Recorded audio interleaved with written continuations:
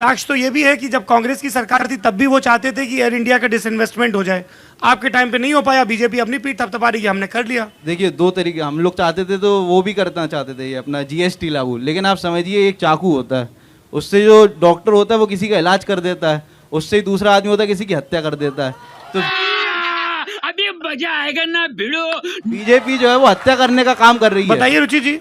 देखिए, पहली बात तो ये कि निजीकरण में कोई गलती नहीं है। अगर हमें निजीकरण से लाभ मिल रहे हैं तो निजीकरण करने में कोई बुराई नहीं है। और रही बात एयर इंडिया को प्राइवेटाइजेशन करने की, तो वो एयर इंडिया को 1951 में नेहरू सरकार ने ही टाटा जी से लिया था, वो उनकी ही थी। ऐसा नहीं है कि वो सरकारी थी। आप सरकारी कंपनी बताइए जिसका निजीकरण किया गया हो। नेहरू जी ने तो आजादी भी ली थी, तो आपके वो भी अंग्रेजों को वापस दे देंगे। रुको जरा, सब्र करो।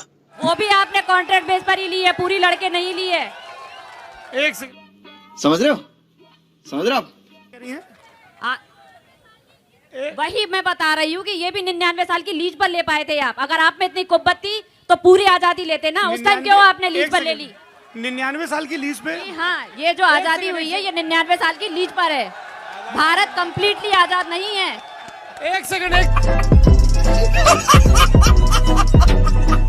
अरे ये बहुत बड़ी बात कह रही हैं। 99 साल की लीज थोड़ा एक्सप्लेन करेंगे? जी हाँ, आप इतिहास के पन्ने उठाकर देखिए। उस टाइम पर जो ब्रिटिश सरकार में जो नेता थे, मैं बता रही हूँ। अरे सुन तो लीजिए पहले पूरी बात जी। जब स्वतंत्रता की बात चली और स्वतंत्रता आंदोलन चल रहे थे, तो आदरणीय नेहरू जी और महात्मा गांधी जी जब आगे थे तो सरकार वो देना नहीं चाह रहा था ब्रिटिश क्राउन, और उन्हीं की ही शपथ ली गई थी। क्योंकि उस टाइम पे इलेक्शन नहीं हुए थे। नेहरू गांधी ने किसकी शपथ ली थी? ब्रिटिश क्राउन की शपथ ली थी, ना कि भारत के संविधान की शपथ ली गई थी। Oh my God!